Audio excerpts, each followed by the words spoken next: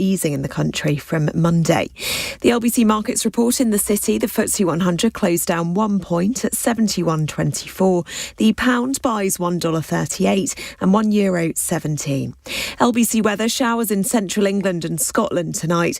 Clearer spells elsewhere, but some cloud on north and eastern coasts, a low of 11 degrees. From Global's newsroom for LBC, I'm Lucinda Horsley. This is LBC from Global, leading Britain's conversation. Cross Question with Iain Dale. Hello, a very good evening. It's 8:01 on LBC. Welcome to Tuesday's edition of Cross Question. It's Cross Question with a bit of a difference today because we've got 4 representatives from the business community with us. Last week or the week before, we did a Cross Question on world affairs. It was so successful, we thought we'd do another specialist one this week. Actually, we planned it months ago, but anyway. Let me introduce you to our panel. We have with us Lord Karan Bilimoria, President of the CBI, founder of Cobra Beer. Emma Jones is founder of Enterprise Nation, a very familiar voice to you on LBC from our business hour. John Elliott is Executive Chairman of EBAC, and Lance Forman is a former Brexit Party MEP and Chairman of H. Forman & Sons, purveyors of excellent smoked salmon. Free advert there for you, Lance. Now, don't forget you can also watch our proceedings on Global Player, on the LBC website at lbc.co.uk, or the LBC YouTube channel, Facebook feed or Twitter feed. 0345 6060 973, that's the number to call. We are going to take predominantly business-related questions, but if you want to ask something on a different subject, try and think of a little bit of a business angle. That would be really helpful. Call 0345 6060 973. Tweet at LBC. Text 84850. Cross Question with Iain Dale. This is LBC. Well, welcome to you all. Our first caller is Caleb, who's in Guildford. Caleb, what would you like to ask? Good evening, Iain, and good evening, panellists.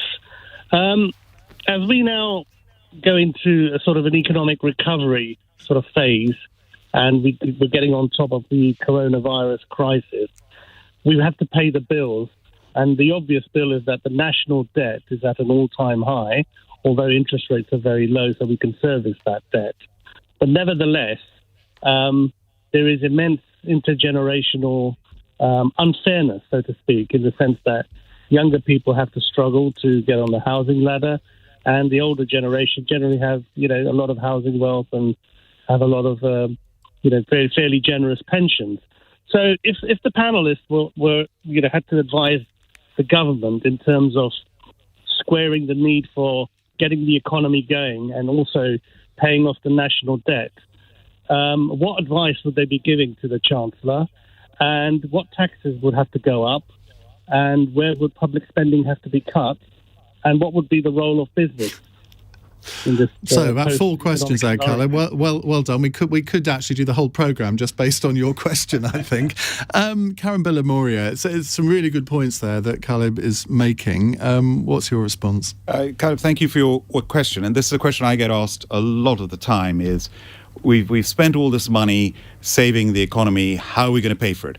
And I think we've got to keep this in perspective. I was privileged to chair the B7 summit in advance of the G7. We fed into the G7.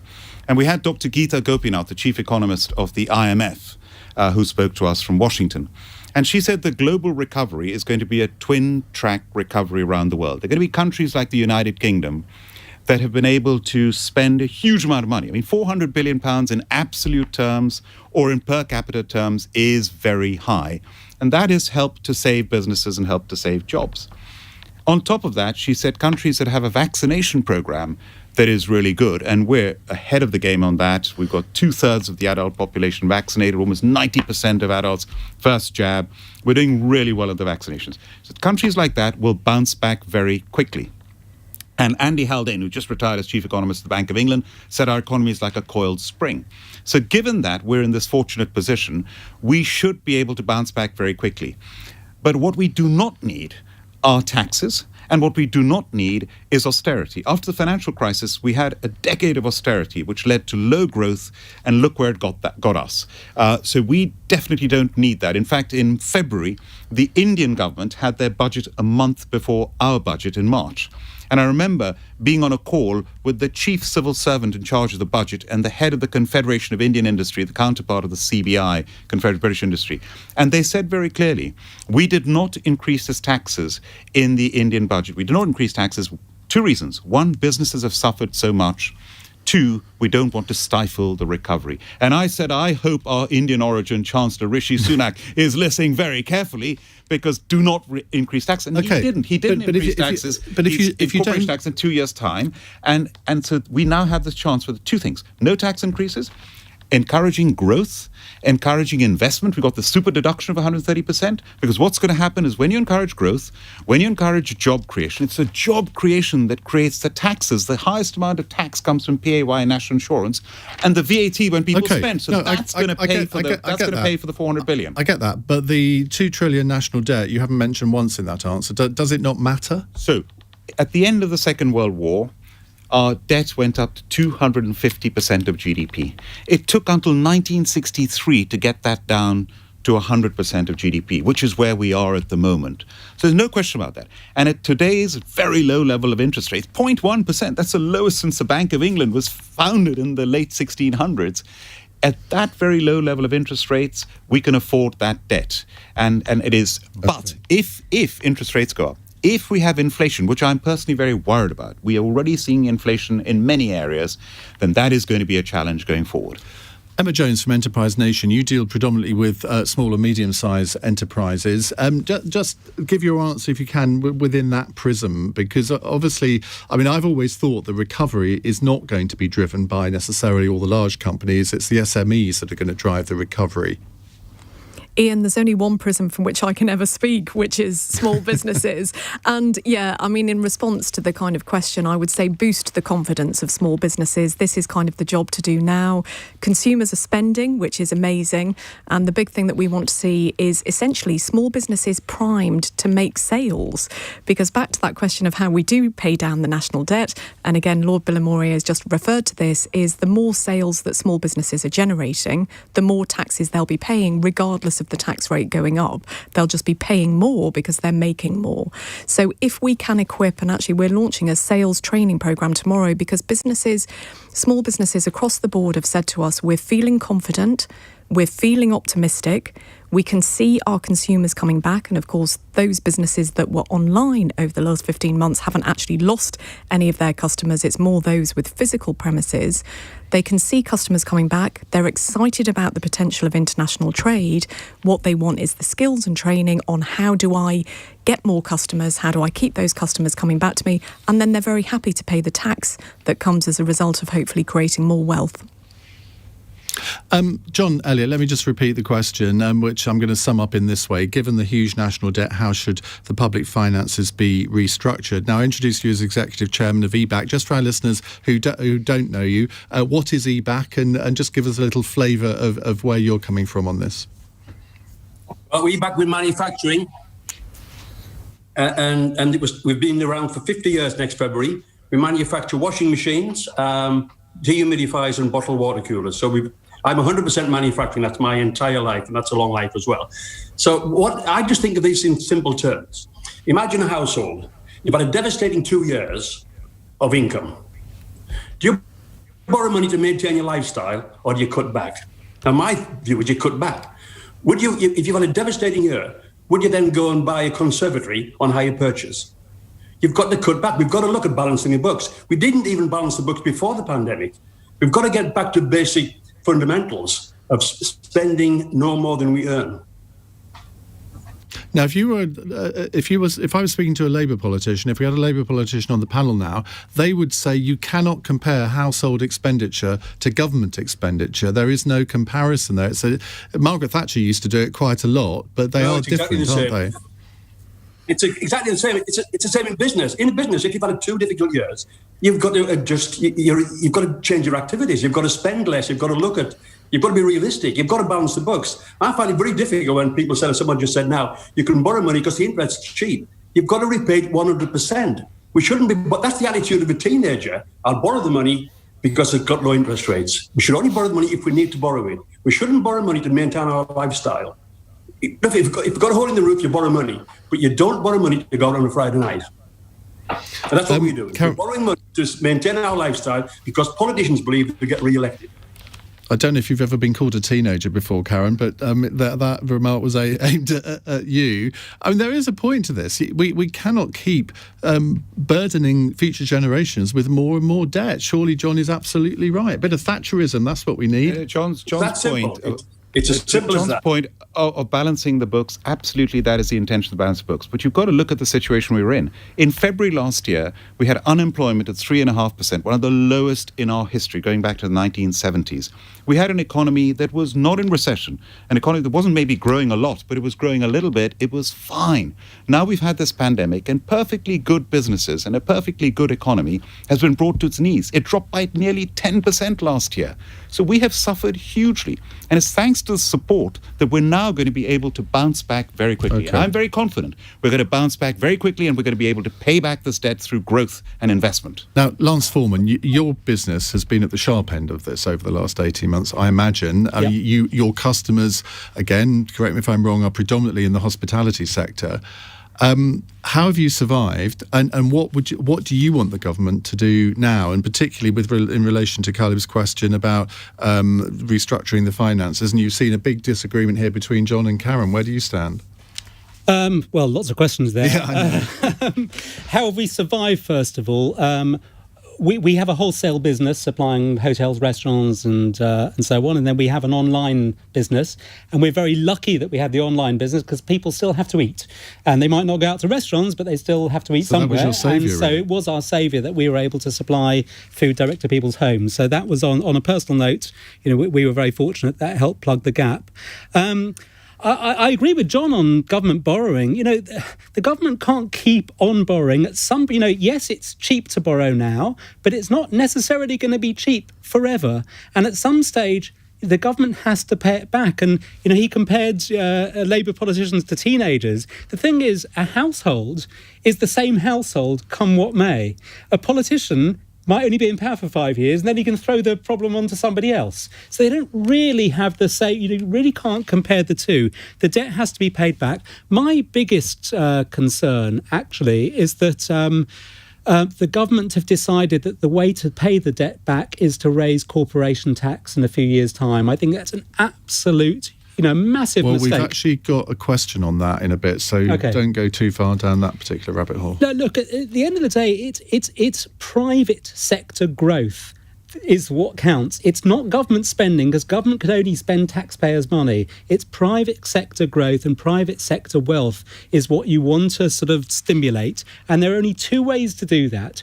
One is to have low taxes to encourage business, and the other is to deregulate, to free up all the burdens from business. And I think that is something that, again, the government seems to be missing.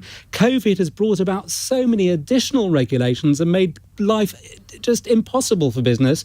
We need to get out of this mindset and just free life up for business and let business do its thing.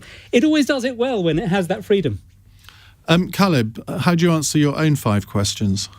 I think, it's inevitable that some medium-term fiscal consolidation will be required. The question is the nature of that and over what time period. But my biggest bugbear is 2 things. I think structurally, if you look at the UK economy over the last 30 years, the investment to GDP ratio amongst the G7 economies has been amongst the lowest. So I think, we need to invest. And if you borrow money to invest, it's sensible. But if you borrow to finance consumption, like we've done over the last year, well, that's not very sensible. Secondly, I think we do have very, very low rates of corporation tax. And I think in some European countries, they have higher rates of corporation tax, yet they have higher rates of economic growth as well.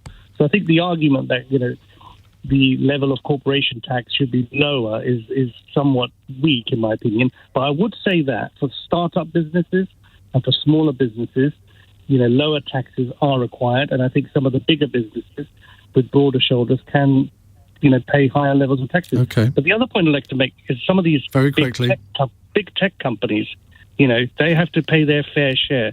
They're taking a lot of, income out of the UK economy, and they're basically hoarding the cash overseas. So I think, we need to have some sort of fair playing field amongst the big multinationals who need to pay for the public services and the because UK consumers are big buyers of Apple products. Okay, Microsoft Colin, products. we have to leave it there. Thank you very much indeed for your question. I'm going to give our panel unusually advance notice of what the next question is while we go to a break. This is from Simon in Beaconsfield. Boris Johnson once famously said, I have to be very careful now, F business. Has he lived up to his promise? That's a tease to keep you listening. It's 16 minutes past 8. This is LBC.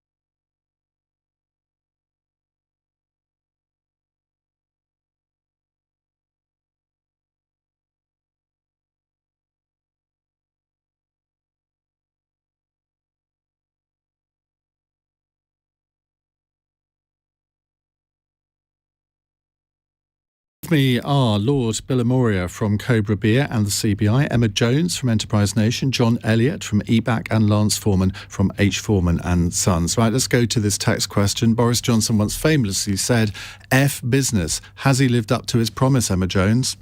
And can we have fairly brief answers on this one? Okay, well, so my very brief answer is it's definitely getting better. I remember when Boris made a speech pre-COVID, it was a big kind of speech in terms of what he wanted to see as Britain's place in the world. And he was talking about, I want to build, build, build. And I guess everything that I look for in a Prime Minister is I want them to reference small business and entrepreneurship in every speech. So I almost kind of wanted him to go on and say, we're going to build, build, build, and loads of those contracts are going to go to small businesses. You know, entrepreneurship is alive and well, but we are getting better. Every month we take 14 small businesses to meet the Prime Minister's business advisor. Last week it was 14 young entrepreneurs. They talk about their life. The advisor learns more about their world and kind of says, let's set policy that hopefully helps you navigate some of this upcoming regulation. So it's getting better. The key thing for me, and just to kind of finish off on this point, it's super important for governments at the heart of government, so within Number 10 Downing Street, to understand business. So I think that's a really important factor. You know, the heydays when Lord Young was in at Number 10 as entrepreneur in residence, there were business people sitting around the cabinet table. That's important. And as I say, I would just love to see more celebration of the role of small businesses and entrepreneurs, and I hope there's more of that to come. I did a very good hour-long interview with Lord Young the other day on my book club podcast for anyone that's interested. John Elliott, Boris Johnson once famously said, F business, has he lived up to his promise? Well, I think the first thing to say is business is here to serve people, not the other way around. And sometimes going for growth suits business, but not people. Business will try and persuade people to buy things they don't need and sometimes can't afford. And in the long run, that isn't healthy. We've got to stop thinking about business. Business is very important, but it must be here to serve people and not the other way around. Are you optimistic about the future of the manufacturing sector in general at the moment? Very optimistic. We haven't got a question so far on Brexit, I don't think. But I've always thought that Brexit offers a real opportunity for manufacturing industry. That's not a view held by everyone, it has to be said. What's your view? I think it is. But again, Brexit to me is what's right for people, not what's right for business. Manufacturing has got to get bigger because that's the only way we balance the books. And we must balance the books. This idea we can borrow money because it's cheap is wrong. We've got to balance the books. Okay, Lance Forman. So when Boris said F business, he was talking about it in the context of Brexit. And I think what you need to understand is that business doesn't speak with one voice. Small businesses, as Emma's mentioned, family businesses are very different to sort of major sort of international sort of corporations and conglomerates. And when Boris made that statement, he was talking to people, Lord Bilimoria, like the CBI. They represent those huge international businesses. They've got 1,500 members, but there are 5 million small businesses across the UK. And, if you look at what the CBI was saying at the time, they were going completely against the vote. The president at the time, Mike Rake, was calling for a people's vote. He wanted a reverse Brexit. He was saying we'd lose 50 to 100 billion pounds in GDP. We would lose somewhere in the region of 500,000 jobs. But now the thing's completely turned around. Now the CBI are saying there are huge opportunities and we must seize the moment. It's the best. Brexit has provided great opportunities for us. So, where do they stand? And should the government be seeking advice from an organisation that never really believed in it but is now playing to that tune? Or should they talk to the people that were really passionately behind it and seek advice about business from them? Well, I'm looking forward to your answer, Karan, on that one. But Lance is right to the extent that F-business remark was made, I think it was true at the time, towards the CBI, wasn't it? But we get a few things straight over here? Emma, I'm an entrepreneur. I started with just 2 people. In India, there's a term MSME. We don't talk about SMEs in India. You talk about MSMEs, micro, small and medium-sized enterprises. So I started as a micro business, then an S, then an M, and now I've got a global joint venture with Molson Coors, one of the largest brewers in the world. I'm a proud British manufacturer. We've won 128 gold medals, most of them manufactured in Britain. Britain is one of the best manufacturers in the world. 10% of our GDP, but that 10% is fantastic, high-quality manufacturing. And we are still, I think, the 9th biggest manufacturing nation in the world, which I don't think people understand. And whether it's in aerospace, automobiles, in a huge spectrum of areas, we are world leaders. I chair the Manufacturing Commission. I'm really proud of it. We've just produced a report recently. So that's the thing. And where the CBI is concerned, my attitude is very simple. Brexit's happened. We've left the European Union. We've left the transition period. We've now got to get on with it, and we've got to seize the moment and make the most of the opportunity. I'm an entrepreneur. I'm a businessman. I'm a realist, and I'm very confident of our future. Now, here's to answer the question that was asked. I was on Boris Johnson's council when he was Mayor of London, on the Promote London Council, which was all about inward investment into London. He understands business. He loves business. He made that remark at one time. He doesn't believe that in the long term. Here's the acid test. How has the CBI and the government worked over the last 16 months? And by the way, we speak for 190,000 businesses that employ 7 million people, which is 1/3 of the private sector workforce, which is made up of lots of SMEs, and also almost 200 trade associations, from the National Farmers Union to the Law Society. So for all sectors across the whole of the United Kingdom. And collaboration has been the key word. And this government has listened. Rishi has listened. The business secretary has listened. Every time, whether it's a furlough scheme needed to be extended, whether it's VAT going down from 20% to 5%, whether it's social distancing, if you remember the 2-meter rule, businesses would not have been able to open up if we'd had 2 meter. They listened on evidence to go to 1 meter. So I've been very happy with the collaborative approach this government, and it's worked. Lance, would you accept that there has been a fundamental change in attitude in public stance from the CBI? I mean, if you compare what Caroline Fairbairn was saying and the president at the time, whose name momentarily escapes me, compared to what the new guy is saying and what Karan is saying. I mean, when I've interviewed you in the past, I compare our interviews over the past 6 months to a year compared to what we were talking about during the Brexit campaign, and it's almost like you've become a new man, Karan. Well, I'm a realist. I've got to be pragmatic and I've got to look ahead, and I'm very optimistic about this country's future. I really passionately believe we're one of the most entrepreneurial countries in the world. That I think is the great thing, and that you are all exuding a sense of real optimism. Yeah. And that doesn't always happen in these discussions, I have to tell you, particularly when we've got politicians on the panel. Karan is a brilliant entrepreneur. He produces a fantastic product. We all love it. And, it's great that we do have a new voice at the CBI now. But what I would say is that, the government does need to, because it's all very easy to sort of say, oh no, we got it wrong then, but we're completely changing our tune now. And I think, it would be good if the government actually spoke to people that were passionately involved and saw the opportunities that Brexit created beforehand, because they're the ones that had the same vision that the people of Britain had when they voted in that way. They're not just changing their position to suit what the current... And look at Liz Truss, and look at what she's done. She's rolled over 67 bilateral trade agreements with the European Union. And she was a Remainer. Nobody believed that would happen. It's happened, and we've got new ones with Australia, New Zealand's down the road, America, India, an enhanced trade partnership. We're going to double the trade with India over the next decade. This is fantastic. Just on that, John, how much of your business is export-led?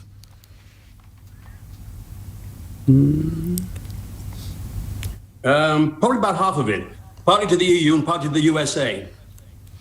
And what would you like the government to do to help you expand that market? Used to be France, now the USA. We've got to change some rules to make it more. They've got to intervene without giving money. Just getting rid of red tape, for example, as Lance said, is an important thing. Lots of red tape, it costs money. We've just got to look at things more simply. And try and take the benefits now of we can now set our own tariffs with exports and imports. So the government just got to intervene. Otherwise, one of the problems I think we've got is we get inward investment, but we need internal investment. The problem in the UK is you can make more money playing the stock market than investing in real businesses. All the car manufacturers in the UK were very successful are all foreign owned. We've got to get internal investment. The government's got to make it more attractive to invest in businesses rather than playing the stock market. And how important is it for your business for the government to negotiate more free trade agreements? Because they've done one with Japan. Is that a market that you can look at now? We've got a free trade agreement with them. Well, we've actually sold water coolers to Japan. Actually, I think the tariffs are not really a big deal, actually, in my experience. On things like water coolers, it's about 0.5%. So on industrial product, the tariff is not a big issue. Currency changes is a bigger problem, but you've got to forget those things. It swings and roundabouts. You've got to make a good product that people want to buy. It's as simple as that. Emma, I'd see you nodding your head. Well, just because I love the simplicity of what John says, that final comment of you just got to make a product that people want to buy. But just the kind of Liz Truss comment, I have watched in awe as she has announced almost on a daily basis. She's in the US this week. And what our advice to small businesses is literally follow Liz Truss on Twitter, see the countries in which she's doing the deals, and then go out and get the business.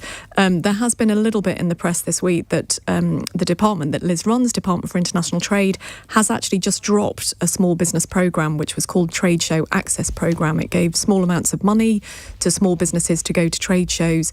I think that's part of the reality, the harsh reality we're in, that trade shows just aren't happening in person. But there's an internationalisation fund that small businesses can apply for, which gives them funds to help them kind of go global. And of course, and Iain, you know this because we've spoken about it so many times on the Business Hour, incredible international trading marketplaces that enable British businesses literally from their spare room to put anything like from salmon through to kind of, homewares up on these trading marketplaces, and they can be trading with the world by the Wednesday. So incredible technology enablements. Follow where the Secretary of State's going to see where those trade deals are happening. I do come back to celebration, though. I think the more that high-profile politicians can be banging the drum to say, right, British businesses, Go out to the world, sell your wares. I also come back to making sales. Give small businesses and large the confidence to get out there and sell, not just at the UK level, but also at the global level. We need that confidence at the top. And then, of course, then the technical practicalities to enable businesses to do it. But the world is literally our oyster, I think, at the moment. And the government's done some fantastic things. They've just got this new loan guarantee scheme for exports. I mean, that's just the sort of thing the government should be doing to encourage exports. And to John's point, by the way, we are this tiny country, 1% of the world's population, but we're the second largest recipient of inward investment in the world. And I think that's something to be proud of. Nick says, Lord Bilimoria, quite... Sorry, John? I don't like inward investment. I think we need internal investment. Both. People We need invest both. in the UK. We need both. No, people invest in the UK to make money out of it, not make money for us. We just need to, people don't invest in the UK for our benefit. They do it for their benefit. We need more internal investment. Unfortunately, it would be a brave... Sorry, it would be a brave government to say, no, we don't want any inward investment. Thank you very much. Nick says, Lord Bilimoria, quite convincing until he mentions Liz Truss, who's all smoke and mirrors. Well, all the rest of the panel seem to think that she's doing an absolutely fine job. Right, we're going to try and fit 2 questions into our next segment. Let's see if we can manage that. It's 8:31, News Headlines with Lucinda Horsley. Boris Johnson's been meeting social media companies to demand urgent action to tackle online abuse following attacks on Black England players. Protesters have taken the knee at the mural of Marcus Rashford, which was damaged after England's defeat in the Euro 2020 final. Plans to cut the UK's foreign aid budget by £4 billion a year have been backed by MPs. The government says the move's necessary following the financial strain of the COVID crisis. Colin Pitchfork, who raped and murdered 2 15-year-old girls in the 1980s, will be freed from prison. The parole board has rejected a government challenge and maintains that he is suitable for release. LBC weather, showers in central England and Scotland tonight, clearer spells elsewhere, but some cloud on north and eastern coasts, a low of 11 degrees. This is LBC.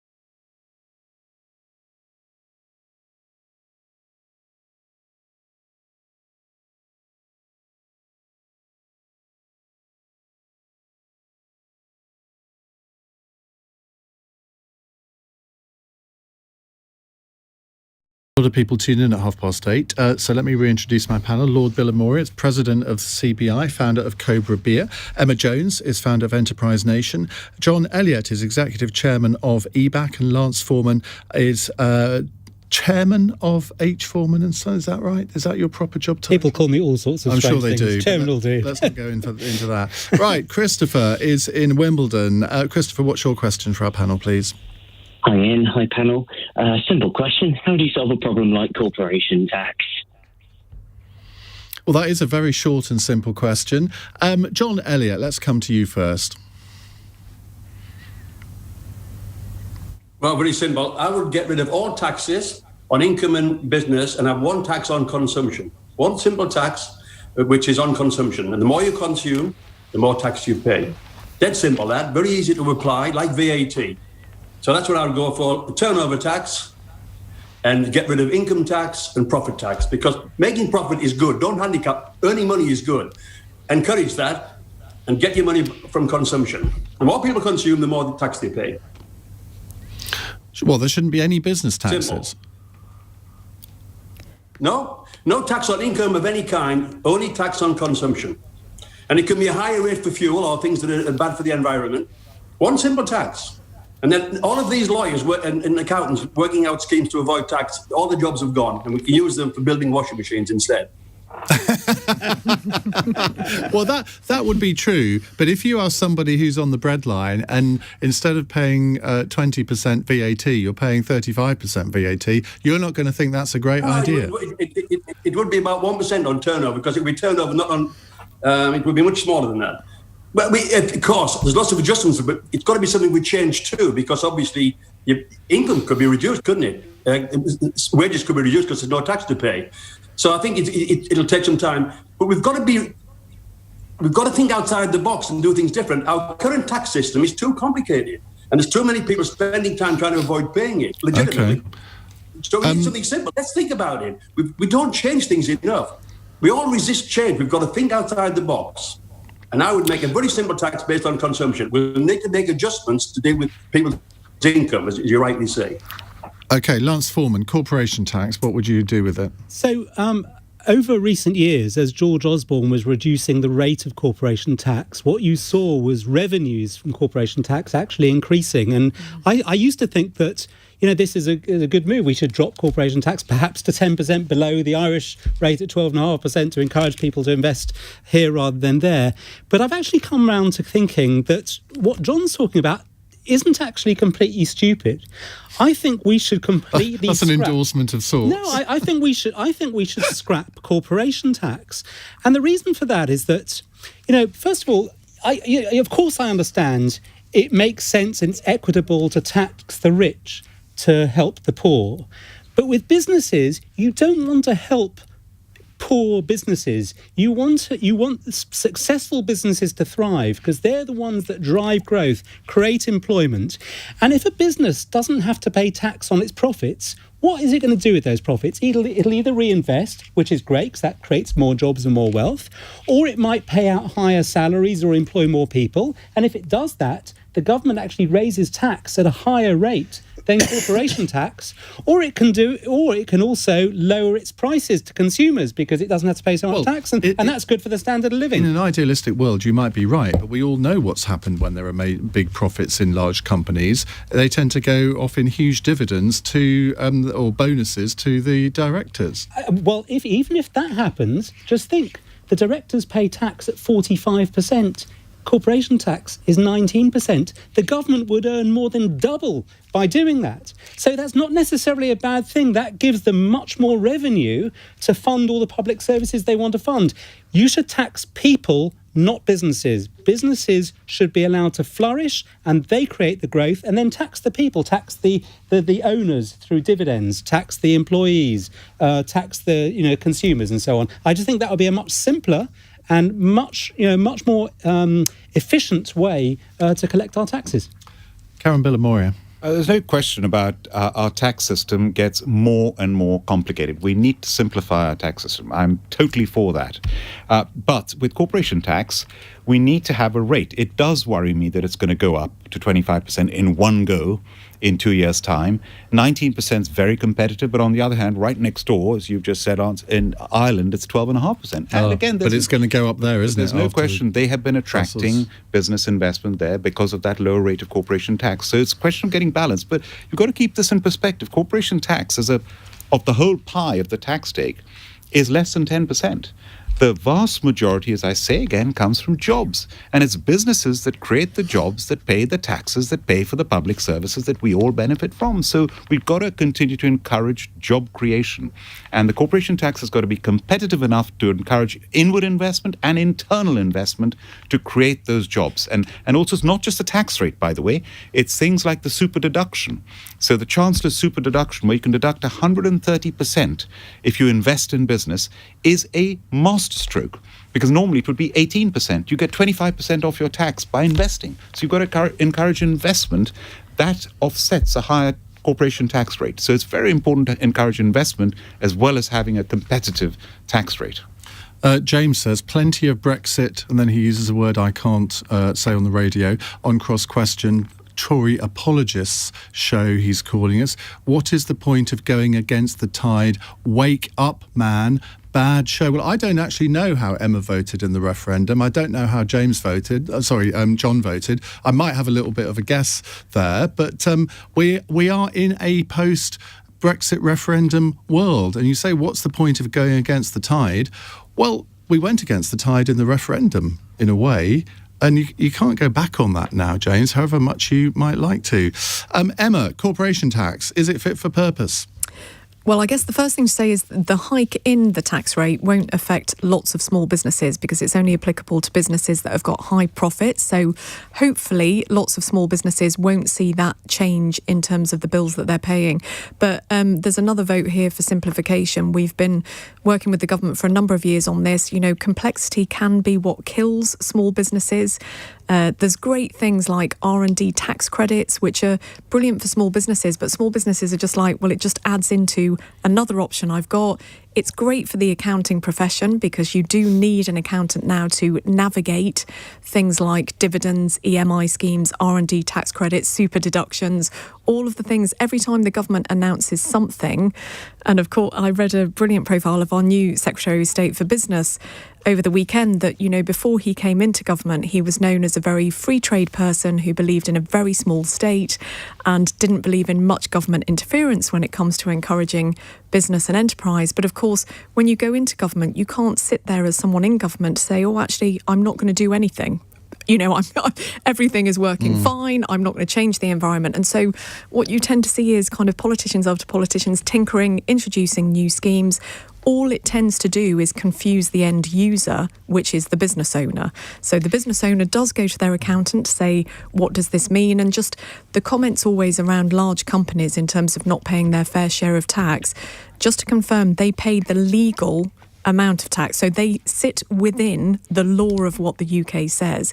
But because it's so complicated, it means that they can find loopholes and they can see how to do things differently. So we are huge champions of simplification across the board. If you can help businesses start, and if there was one tax that they pay, you know, the government introduced something called Making Tax Digital, where small businesses now almost don't need to look at their accounts because HMRC knows how much tax to take. That just creates a more simple life for the business owners so they can focus on doing what they do best. John is nodding a lot there. Listen, we're going to go to a break a little early and then hopefully we can fit two questions into the next quarter. It's coming up to 8:45.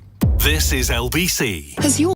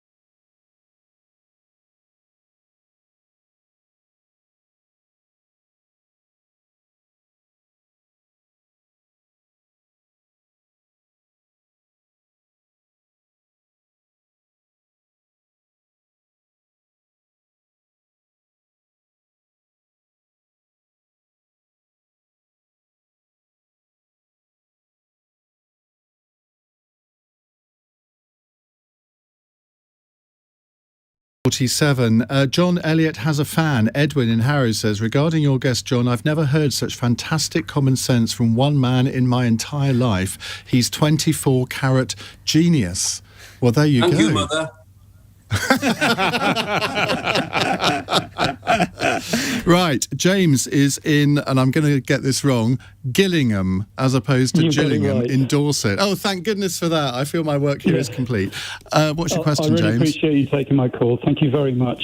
Good evening to you. I'm one of the, what's known as the excluded, one of the 3.8 million UK taxpayers, small businesses who received absolutely no financial support at all during the pandemic. And my question is, very briefly, just to know what the panel feel about that and the justifications for it. I'm probably going to give a little bit more time to Emma and Lance because they probably feel your pain more than maybe. Well, I don't know. That's unfair to my other two panellists. But Emma, let's start with you on this because this must have been a subject that you've been discussing every day over the last 18 months. Absolutely, and I can see it from both sides. So, as James said, Excluded UK that he references has been an incredibly strong lobby group. It tends to be made up of limited company directors who paid themselves via dividends. And so, of course, going back to those days when the government rapidly came out with support, the first bit of support was for employees. So the furlough scheme was launched because the government thought we have to take care of employees. The second piece of support was for small businesses in physical premises. So there were lots of cash grants that went out, billions of pounds worth of cash went to businesses in physical premises. Then we had self-employment income support scheme, which was for people who were self-employed and could show their earnings. The Excluded UK, and again, as James said, kind of 3 million businesses were limited company directors. The reason why I say I understand both sides is because from a Treasury perspective, it was very hard for them to assess, through looking at company accounts and company data, had a company paid itself a dividend, or were these dividends that were being paid in very large companies, in which case they would be paying out to people who literally didn't need that money. So I hear the voices of Excluded UK that there was no financial support available, but I also understand where the Treasury was coming from is they had to make a call on who got the support based on the data that the Treasury was collecting from HMRC, so they could easily identify that someone who applied for that support was in financial need of it. And sadly, Excluded UK meant that limited company directors who had paid themselves via dividends were just not able to access that.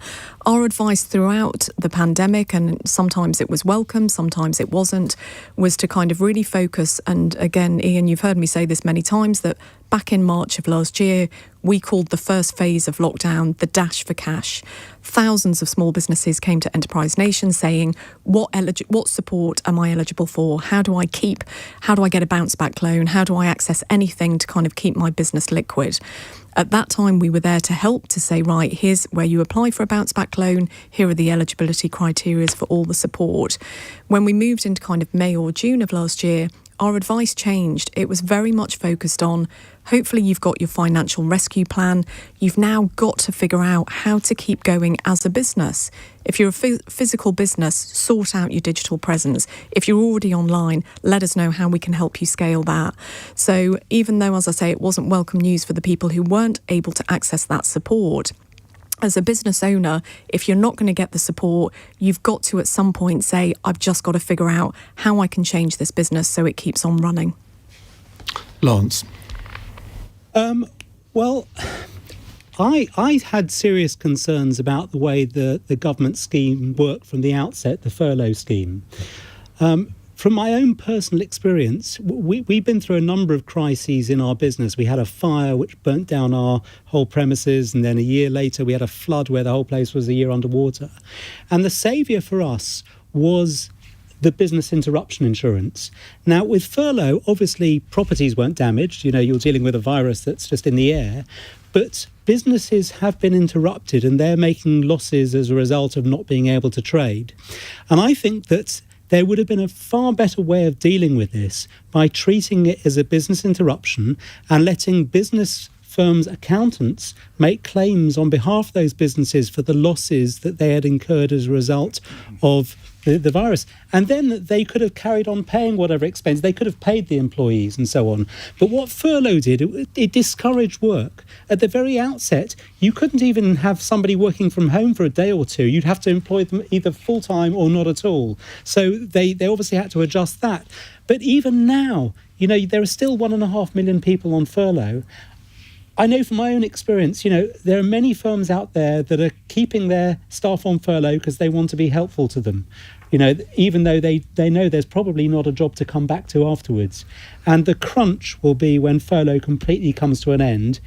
Are we going to see a huge amount of unemployment, or how is that shift going to work? So, I always have my doubts about the methodology. And of course, some people missed out. And these businesses that, excluded UK, that they lost out terribly, where if the government had gone down the supporting the business rather than the employee approach, everybody would have been looked after.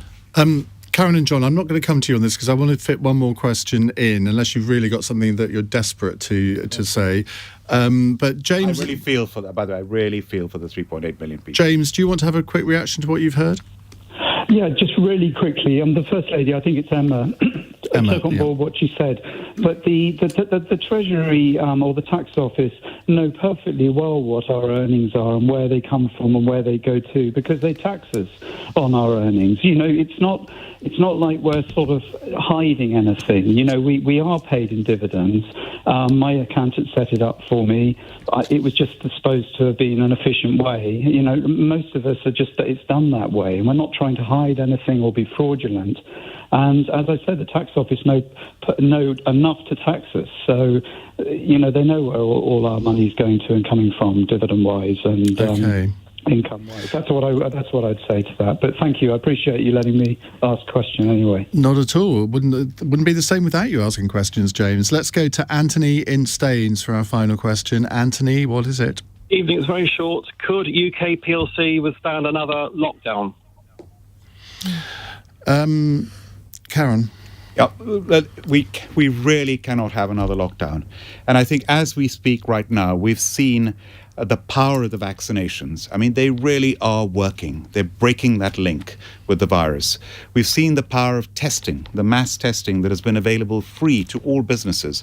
Businesses regularly testing themselves, identifying people who are infectious. They isolate, everyone else carries on. The thing most people do not talk about is therapeutics. We need to get a Kate Bingham, who was in charge of the vaccine task force, to have a therapeutics task force with repurposed drugs like ivermectin that could hopefully, possibly cure COVID. But right now, as we speak, the biggest worry I have is we've got the opening up on the 19th of July, but actually not the real opening up until August the 16th. And we need to bring that forward when it comes to self-isolation. Because at the moment, there's so many people who are self-isolating who do not need to. So why can't we have that date brought forward so people who are double vaccinated do not need to self-isolate if you come into contact with somebody who's positive? Maybe you do a test and you register that test. And people who are under 18 don't. But people in between who are not double vaccinated, you give them the option. If you come into contact with somebody who's positive, you have a daily lateral flow test that you register. If you're negative, you go to work. And if you are infected, it'll be picked up the next day. So we've got to minimize the risk, but we've got to allow our economy to open up. Otherwise, we're opening up the economy on the one hand on the 19th, and we're closing it down by lots and lots of people having to self-isolate. And by the way, this is affecting hospitals, it's affecting the workplace, it's affecting the immigration at the borders as we're opening up travel. If you've got border force people who have to self-isolate. By the way, why can't we at the borders, all those empty counters, why can't we hire recent graduates or students to check the documents and then get people going through to the e-gates and not have 2, 3, 4 hour queues? Why can't we be creative in which in themselves are a real problem? So we need to unblock travel now, whether it's tourism and business. John, I saw you nodding a lot there. Well, vaccination to me has made the COVID virus less dangerous than influenza. So why are we doing all this extra work now? It's actually less dangerous than influenza. So we should be opening up completely. 99% of deaths were people over 40. We just got to look at it afresh. The vaccine means this, is less dangerous than influenza. And we wouldn't do this with that, would we? We wouldn't have people locking down because they'd been in contact with someone. But if there was another lockdown, how would that affect your business? Well, it's difficult. It's difficult, but business, you see, we find the ways around things. We still survived, We didn't close down. We just found ways of working because that's what businesses do. But I don't think we need another lockdown. Vaccine means this virus is less dangerous than influenza. It's clear. The evidence is very, very clear that's the case. Emma? Yeah, just agree with everything that's been said. No further lockdowns. Again, we've mentioned this a few times on the programme tonight. What small businesses hate is lack of certainty. And what they've got now is certainty of a roadmap. Things are being opened up. I can plan for this. I know what my costs are going to be. And what has really challenged them over the past 15 months is we're open, no, we're not. You've got to do this, no, you haven't. And that's the bit that they have struggled with. And of course, then the sales, etc. So certainty, no more lockdowns, boost the confidence in the economy, keep these consumers spending, and businesses will stay happy. Lance, business is resilient. It is very adaptable, as John says.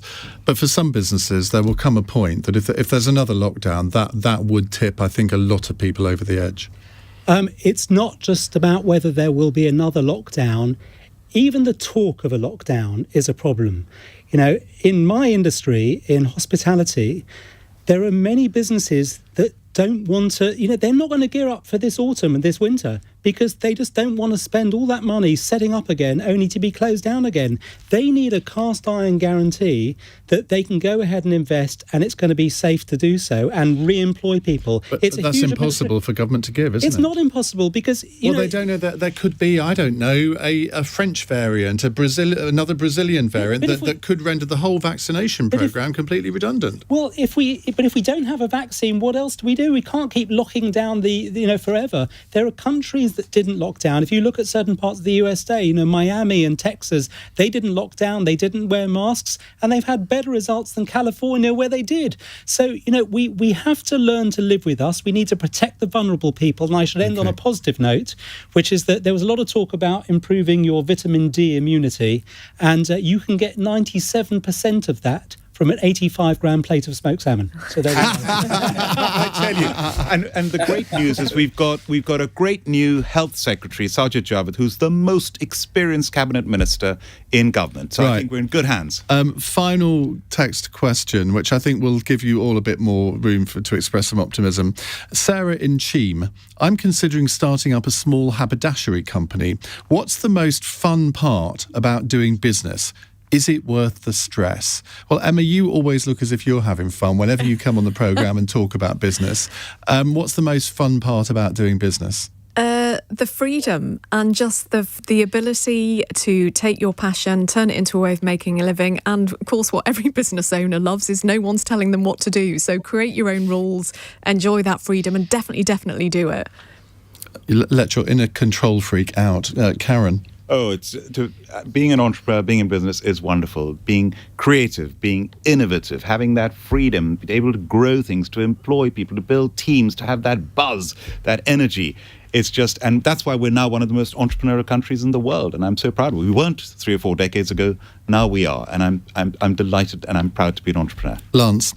Well, I agree with all of that. But the other thing that I would say, because I in my working sort of life and career, I've spent time doing sort of consultancy in politics and obviously in my business. And I think one of the really exciting things and great things about having a manufacturing business is you have a product that you can be associated with. And the fact that she wants to do haberdashery is fantastic. She'll be producing something, selling something that she can talk about and get excited about rather than just shuffling bits of paper around and taking a fee for doing so. So, good luck to you. Get on and do it and be passionate. It's challenging. Things go wrong. In business, things go wrong. And you've got to be persistent and just keep going, keep a brave face and have fun. Whenever I hear the word haberdashery, I just think of young Mr. Grace and Grace Brothers, but that dates me. John, what's your answer to Sarah's question? Having satisfied customers is fantastic. And the other thing is seeing people, employees, work colleagues, fulfilling their potential. Absolutely fantastic. Happy customers and employees who are fulfilling their capabilities. Wonderful. Well, I think we've got happy listeners after this hour. At least I hope we have. We've got a happy panel. Emma Jones, John Elliott, Karan Bilimoria and Lance Forman. Thank you very much for joining us on Cross Question this week. And we will, of course, be back with another Cross Question tomorrow. If I'd prepared properly, I could tell you who's on the panel tomorrow. But all I can tell you is they're brilliant. They're not going to form haberdashery companies, but they are brilliant. In a moment, we're going to be talking about the House of Commons vote this afternoon, which John Major has said that we look like Little England rather than global Britain. Is he right? 0345 6060 973. It's 2 minutes past 9. On your radio, on Global Player, and Play LBC. leading Britain's conversation. This is LBC. From Global's newsroom, the government has defeated an attempt by some MPs to stop